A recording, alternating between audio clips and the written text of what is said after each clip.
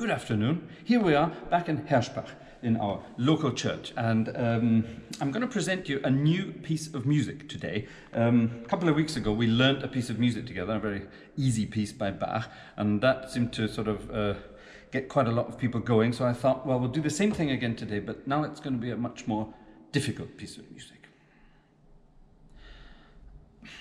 About 10 months ago, or maybe slightly more, it was pretty much around New Year's time, we hit the 1,000 subscriber mark, and that was unbelievable. I never thought there were 1,000 people out there who'd be interested in watching my organic ramblings here in a church talking about organs. But it would appear that rather a lot of people like what we do here, and we're almost at 25,000 subscribers, which I think is absolutely unbelievable. Thank you so much. It really is unbelievable that so many people are interested in what we're doing here. I think it's really great. We think it's great.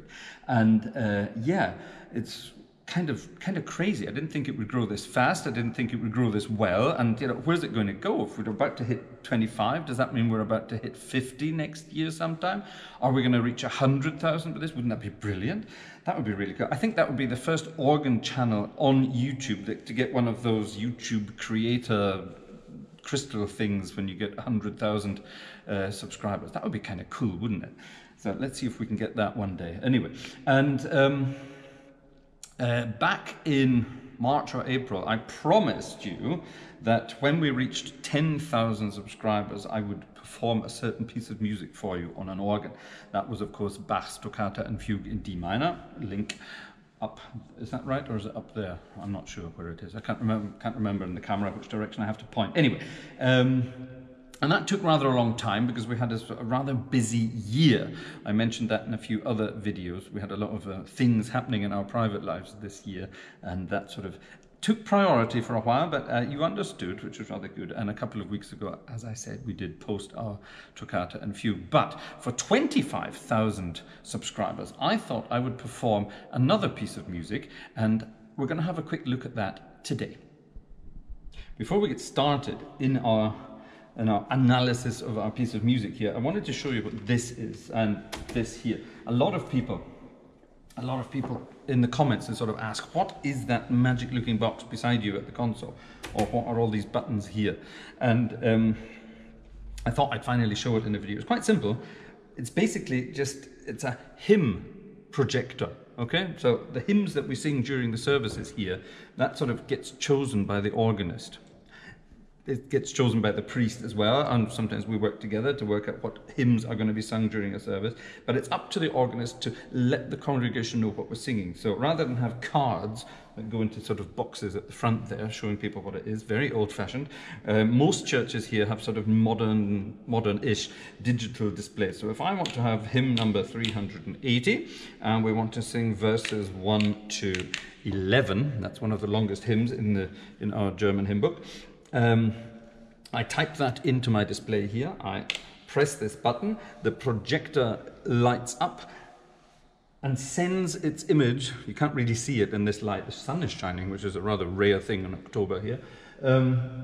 It projects that number on the far wall above the altar so that the congregation knows what we're about to sing. Hidden in the altar, in front of the altar on the other side, you can't see it, and the congregation can't see it either. There's a digital display for the people working up there, so for the priest and the altar boys and girls and things. So yeah, that's what this is. And this here is its predecessor. This is a sort of more mechanical version where you really have to push all that buttons, like an old telephone exchange, and then you send that signal off to the projector and it sort of does that. It's still here because, I don't know, because it's still here. They haven't removed it. I personally think it's kind of cool to have a bit of history still there. I know other organists would want that removed and have that space for stuff like pencils and scissors and minty sweets and plasters and glasses cleaning cloths and other things. When we posted our Toccata and Fugue a few weeks back, I said to people, when we get to our next target, to 50,000, 100,000, whatever, subscribers, what would you like me to play? Because, for 10,000 I promised to play sort of Toccata and Fugue, which I then did. eventually, and I sort of asked, what would you like to hear for 50,000 and so on. And a lot of people commented and said, yeah, play Vidor's Toccata, play something by Dupré, play something by Messiaen, play something by blah, blah, blah. Yeah, and they came up with some really cool suggestions. A lot of people wanted film music, some people wanted some more jazzy stuff, poppy stuff, whatever. So, yeah, and a couple of people suggested a sort of more obscure piece of music that has sort of become a little bit forgotten, and that got me thinking that would be a perfect piece to learn for the channel. And it's a piece of music by French romantic composer César Franck. And César Franck, I say French, he was actually born in what is now Belgium, in the city of Liège. But anyway, that's by the by. And César Franck was one of the first composers that you would sort of put into that French romantic style, especially when we're talking about organ music. Now, César Franck wasn't just an organ music composer, he composed choral works, he composed orchestral works, piano works, and so on and so on, but he was an organist. He was organist of a church in Paris, Saint Clotilde, and that church is still in existence, and Franck's organ, in a sort of slightly enlarged, well, a rather greatly enlarged form, still exists in that church. And he was also one of the first composers to start sort of the symphonic writing for organs. Now that was, of course, because, not just because of the musical style of the day, but also the way organs were being built. He was friends with the organ builder Aristide Cavaillé-Coll, who built those wonderful, great French romantic organs that you know today from Saint-Sulpice in Paris and so on. And one of the sort of first organs that was built, first one was in Saint-Denis, in north of Paris, and then eventually sort of more churches got them, and Saint Clotilde, where Franck was, got a Cavaillé-Coll organ, of course, and César Franck wrote most of his organ music for that organ. So, what are we going to play? Well, one of his pieces that I particularly love hearing, because it's very sort of bombastic and it's sort of very orchestral, actually, we'll see that when we get into it in a minute, it's his Pièce, Héroïque. And yeah, it's a really cool piece of music, and I think it will fit our channel rather nicely. So when I decided to get the Pièce Héroïque learnt, I immediately, of course, went to my music library at home, which sounds very grand. A great proportion of it is in the garage, and another great proportion of it is in the loft, or the attic, whatever you want to call it, and only some of it is in my sort of work office at home. And this was, I think I found it in the garage, but it's one of 5 versions that I have purchased over the years of the music by Franck. Now, a lot of people will start laughing and saying, why do you have 5 different versions of the same piece of music? When I was an organ student, I basically spent all my money on books of music that I intended to learn. I, of course, learnt hardly any of it, or I had certainly a tiny proportion of it. I was busy doing other things when I was a student of music, and yeah, anyway, we'll come to that on in another episode, I suppose. But anyway, I have, like I said, I have 5 different versions of the music by Franck, and I've chosen this edition because it is the revision, annotation, fingering, etc., by Marcel Dupré. And Marcel Dupré, of course, organists will know Marcel Dupré as one of the finest composers of organ music out there, but he was also a rather wonderful teacher of organ music, and his teacher was Guillemot, and Guillemont's teacher was Franck. So there's a direct connection between them. And he says in his preface to the editions that when he learnt the music of Franck from Guillemot, only he was sort of qualified then to write it all down, because Franck told Guillemot exactly how he wanted it, Guillemot taught Dupré exactly how he wanted it, and so on and so on. And then, of course, Dupré passed that on to his pupils, and his pupils passed it on, blah, blah, blah, and so on and so on and so on. So there we have it. And if we look at the music itself, it's incredibly detailed. Dupré has taken every single note and fingered it, if you pardon the expression. So here in the first bar alone, yeah, that chord has been completely marked out for you. What fingers shall we use? If we look at the left hand, what fingers shall we use? When we get to the last bar on the line, we've got a substitution in the fingers here, and if we look at this bar here, down at the bottom, there's an awful lot of information there. Now, it's a bit over the top, and like I say, I've only just dragged this out of my little collection. So we're going to work at this together today, and it is completely over the top. But because it's completely over the top, it sort of helps you interpret the music, and it's sort of done in such a way that it's almost impossible to play it wrongly. That's the theory, at least. Let's find out. When we're learning a new piece of music, I basically do the same thing. Now, this is what I told you a couple of weeks ago when we looked at the simple piece of Bach. We sort of have a look at the music. What does it do? Well, we have a beginning, a middle, and an end, literally. And this piece is built up in a sort of a very easy to follow form. It starts off with a theme. That theme comes in a melody in the left hand.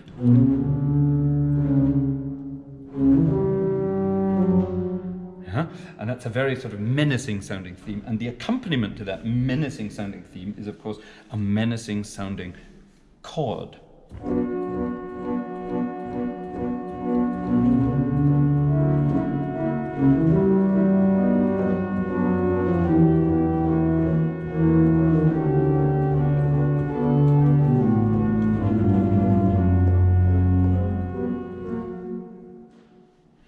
That was only the first line of music. Now, on this organ, it's quite difficult to sort of recreate the sound that Franck actually wanted, because his organ in Sainte Clotilde was built the way it was. Every organ is limited in that way.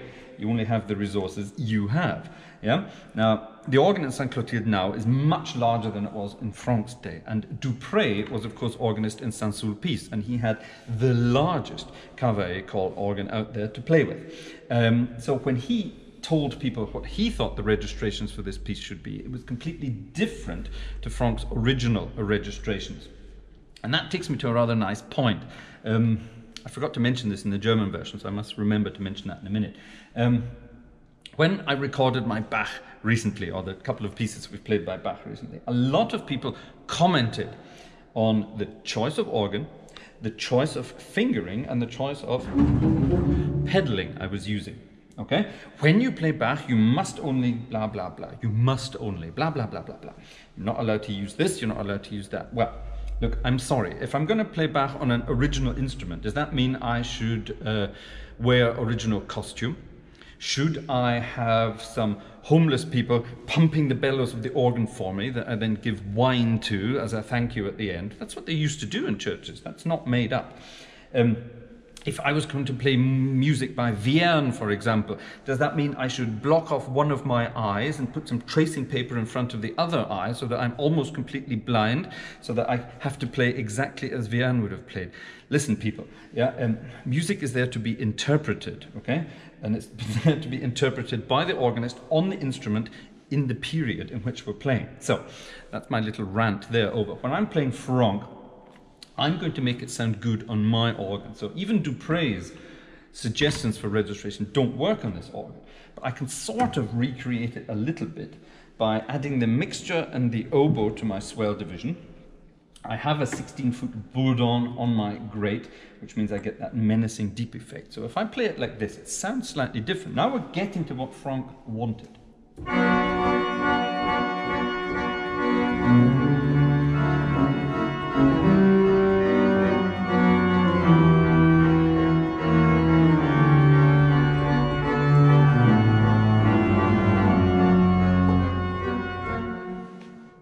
And so on and so on. Sounding quite menacing so far, isn't it? Now, I like that. So that's the start of the piece. That's how it starts. And it builds up, and it builds that theme into something new. There's a middle section. Let me just re-register the organ for the middle section. The middle section is much gentler. It's sort of a dialogue between two voices. And it starts off with a rather cool sort of timpani beat from the pedals.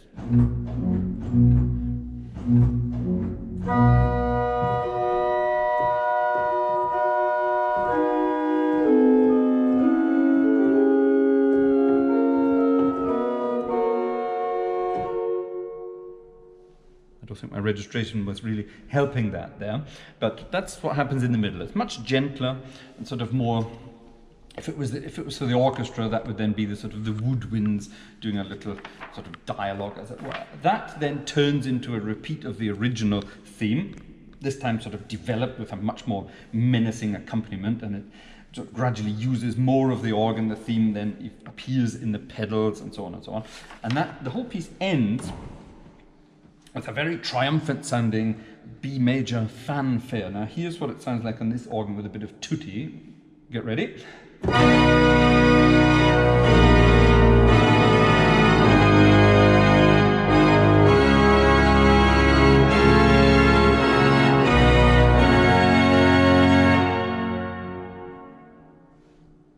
And so on and so on. So it's definitely very loud. Now, I've only looked at these few bars up to now before we start playing the piece. I think it's time we start looking at a little more detail. As always, when we start learning a piece of music, or when I start learning a piece of music, I have a quick look at where I think the work is going to be and then work on that first. So here, for example, on the first page, I have 1, 2, 3, 4 pedal notes. 1, 2, 3, 4. That doesn't need any work at all. So that's out of the way.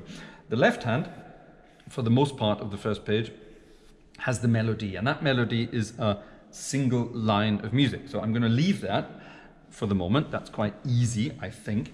We're going to concentrate on the right hand. The right hand has quite a lot of work to do. And we're going to just look at this first line of music. Now, if you stay focused on the line of music, I'm just going to play it, okay?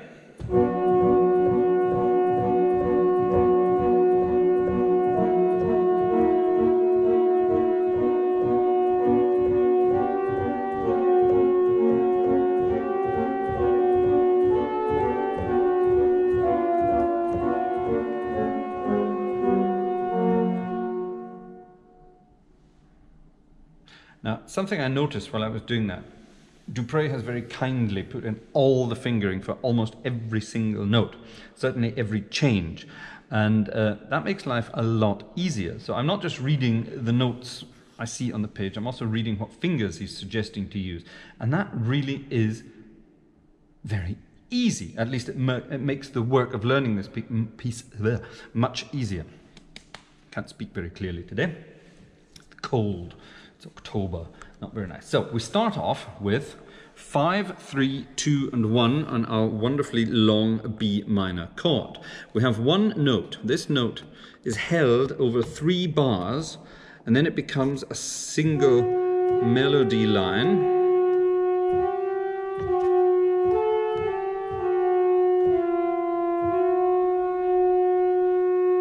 Okay, but that's a melody line, and underneath that we have these very staccato chords. Now what these little dots and sort of triangles mean, so Dupré wants it to be played as shortly, as staccato as your organ will allow. Now of course different organs speak in different ways, so you have to sort of work it out on your own organ. I'm just going to play what's written here. So we've got 1, 2, 3 and 5, and you hold this note down, that's fine. That continues to here. New chord. Now here's something new where he suggests we want fingers 1 and 4. That feels comfortable. That's fine. Change of a chord, change of chord. Now here's something new. Our F sharp is still held over from the beginning, but now he wants you to change, that's that little slur there, change to finger 4. 1 and 2 we use for the chord underneath. Now why did I change to 4 there? Because I need to move up to a G. Legato, back down to the F sharp, that's fine, same again. Okay, now I'm still on finger 4 here, so I've got plenty fingers ready. 5, 4, 3, 2, 1, that's what's written, that's how it feels, no problem. Now here, now it gets confusing. 5, 2, 1, and then 4, 2, 1.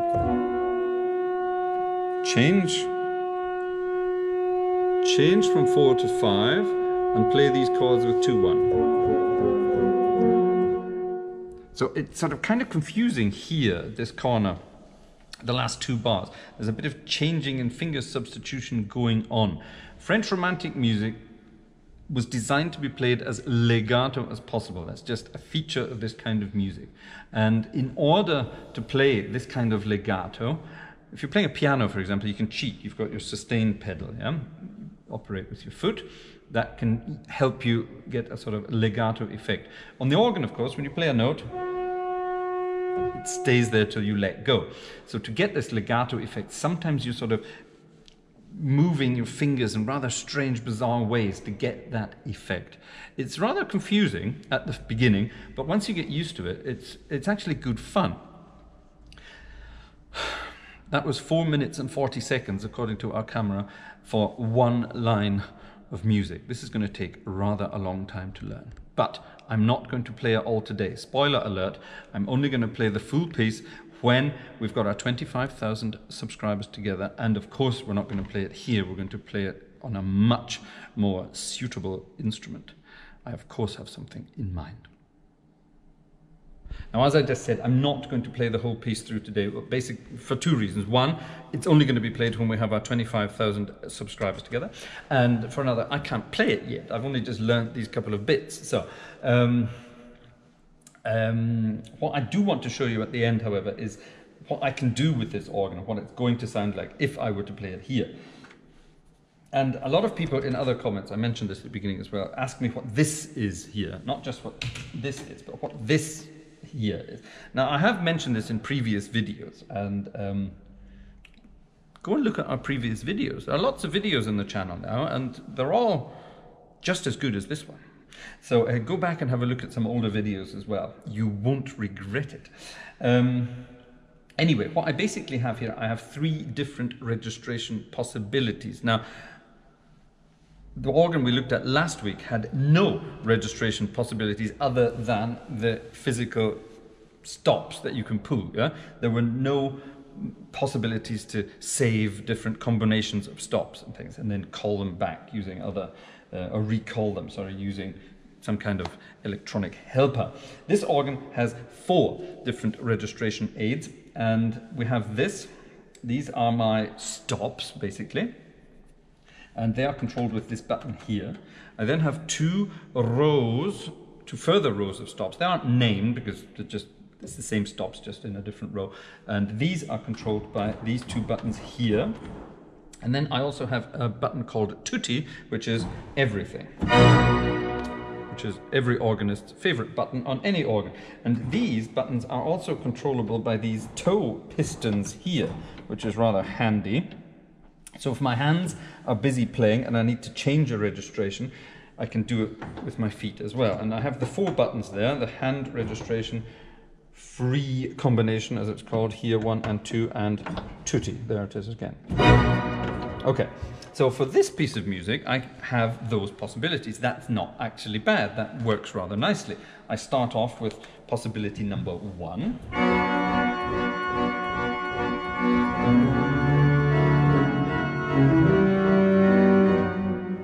We know that bit already.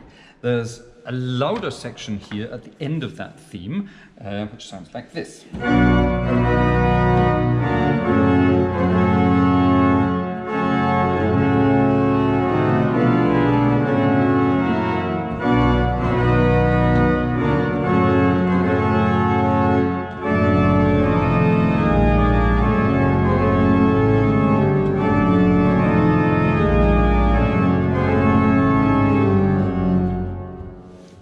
Over the page and does something else. That then goes back to the original registration, so I can just change that quickly here or here, no problem. And that ends with this sort of middle section that I told you about before, this dialogue between 2 voices and timpani in the bass. Pom, pom, pom, pom, pom.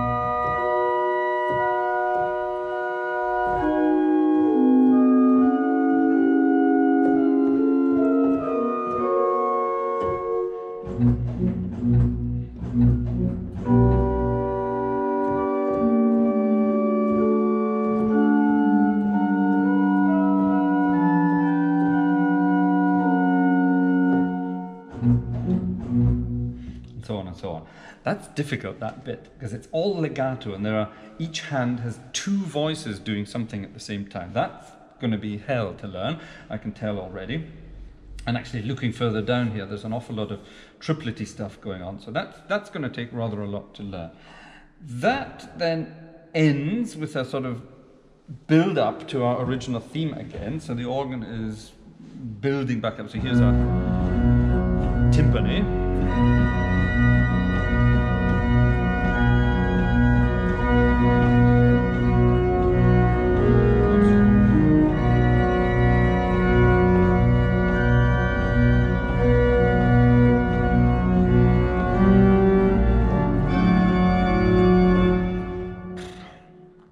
So that was the sort of the quiet theme from the middle with the style of the original theme, as it were.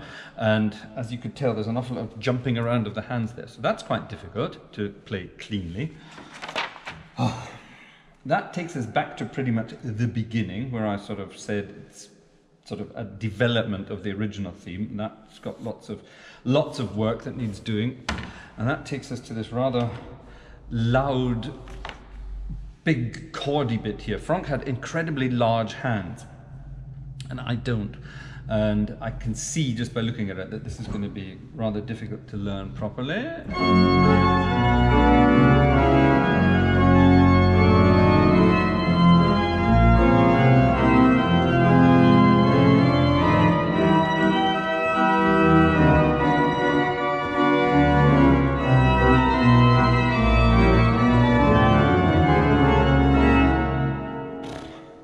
That was nowhere near ready.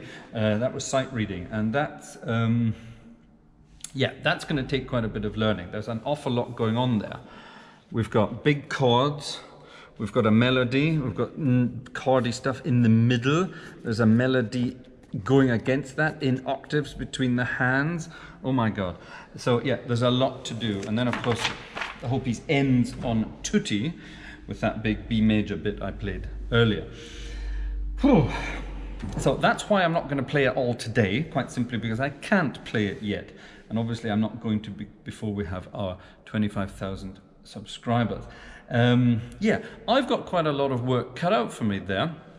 And of course I'm still working on our new recording, which is running at the moment. So yeah, lots to do, which is why we're going to end there for today. I think we've already got rather a long video there, and I didn't really get the chance to show you as much as I may have liked to. I didn't think it would be this much work. Oh well, there we are. That's what we do for you, our lovely viewers. So, thanks for watching. That's it for today. Next week, we're back out and about again. Yeah, hope you enjoyed our little look into Franck's Pièce, Héroïque. That'll do for today. See you next time. Bye-bye.